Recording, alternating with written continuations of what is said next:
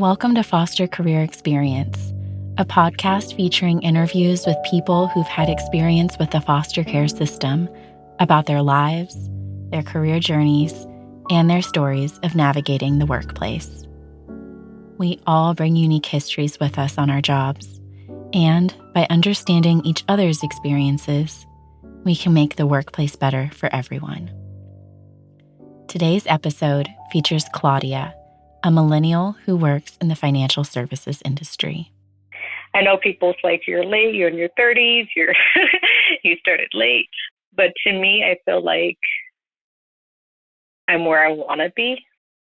10 years ago, Claudia was pursuing a degree in pharmacy when she found out she was pregnant with her daughter. After having her, Claudia realized that studying while working 2 jobs and being a mother was too much to balance. Claudia stayed home to care for her daughters and worked part-time when she needed to help pay for things like medical bills for her youngest daughter's severe asthma. While Claudia had to pause her career for a decade, she loved the time she spent with her daughters. I love being a mom. If I can actually just be a stay-at-home mom, I would. I love being there for my kids. I want to be able to create the memories with them like my mom did with me. Family has always been important to me. Claudia was adopted, and her mother is her biggest role model. I have 3 sisters. So when I was adopted, my mom adopted all 3 of us. She was a single mom. So like when she adopted us, she wasn't married. She wasn't like in a relationship with anybody. She was like, she's a very strong, independent woman. And so when she adopted us, she was vice president of a magazine company. And so even with that, she was always there for us, running a big company. When she got let go, she started going back to school and got her education. And then she's just always been there for us. And so, like you said, she's kind of my role model. Like, she can balance it, then I can pretty much balance it myself. I would hope that they see me the same way. Like, even though they're daddy's girls, they know that I am going to be there. They know that I work hard for them.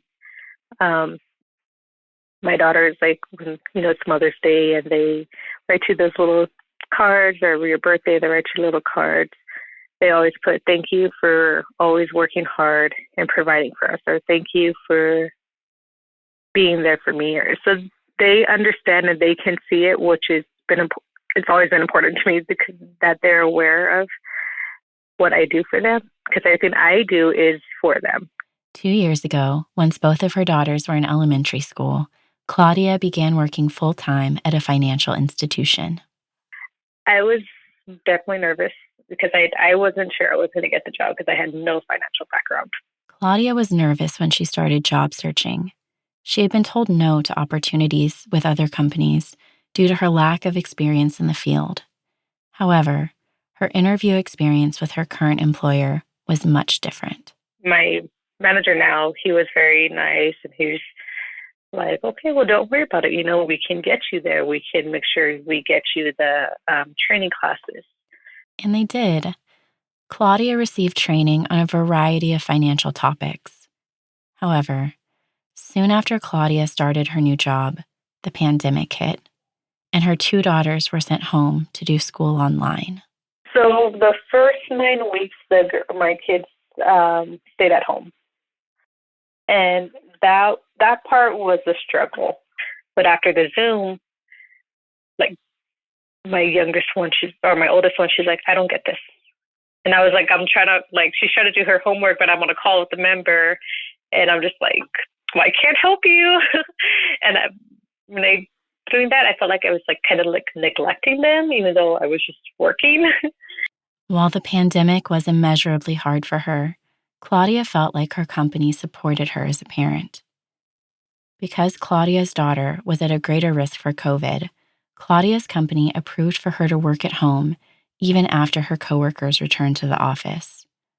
When Claudia's daughter needed to go to the ER and have surgery to remove her adenoids and tonsils, Claudia's manager advocated for her to flex her schedule and get paid time off, even though she hadn't accrued enough PTO within her first 6 months with the company.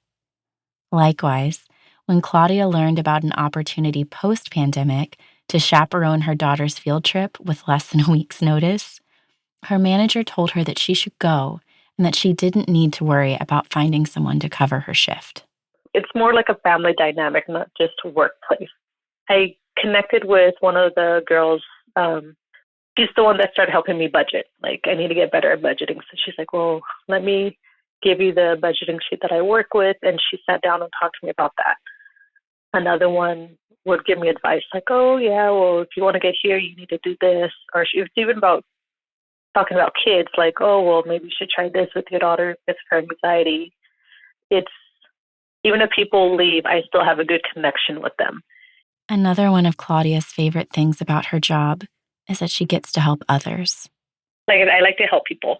So telling members, oh, okay, this is why you're negative, or this is what you can do to pay off this loan, or this is what you can do to help save money. People need to learn how to budget and financial and have that plan in case anything happens. And my goal is to go into the branch office.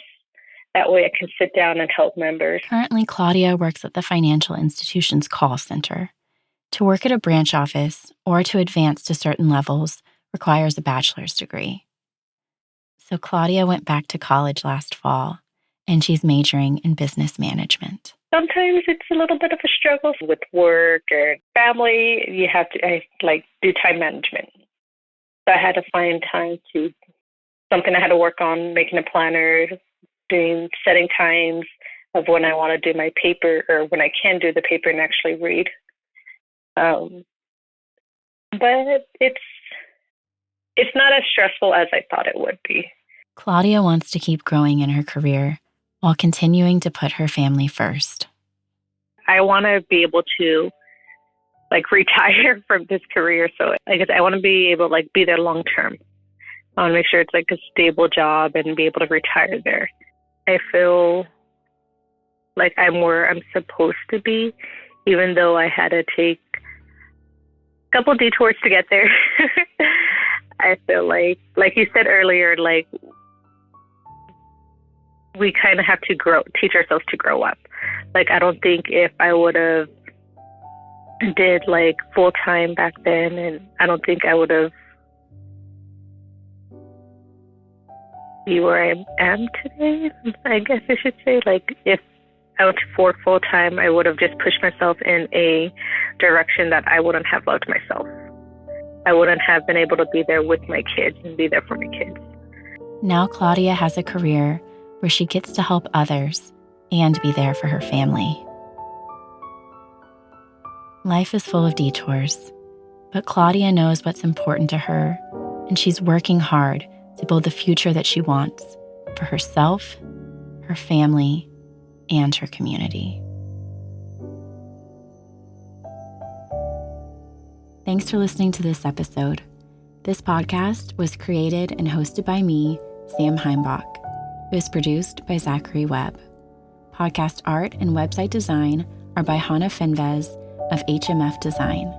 Music is from Soundstripe. This podcast was funded in part by the Baton Savoie Scholarship offered through the Human Dimensions of Organizations Master's Program at the University of Texas at Austin. You can learn more about this episode and others at fostercareerexperience.com. Thank you.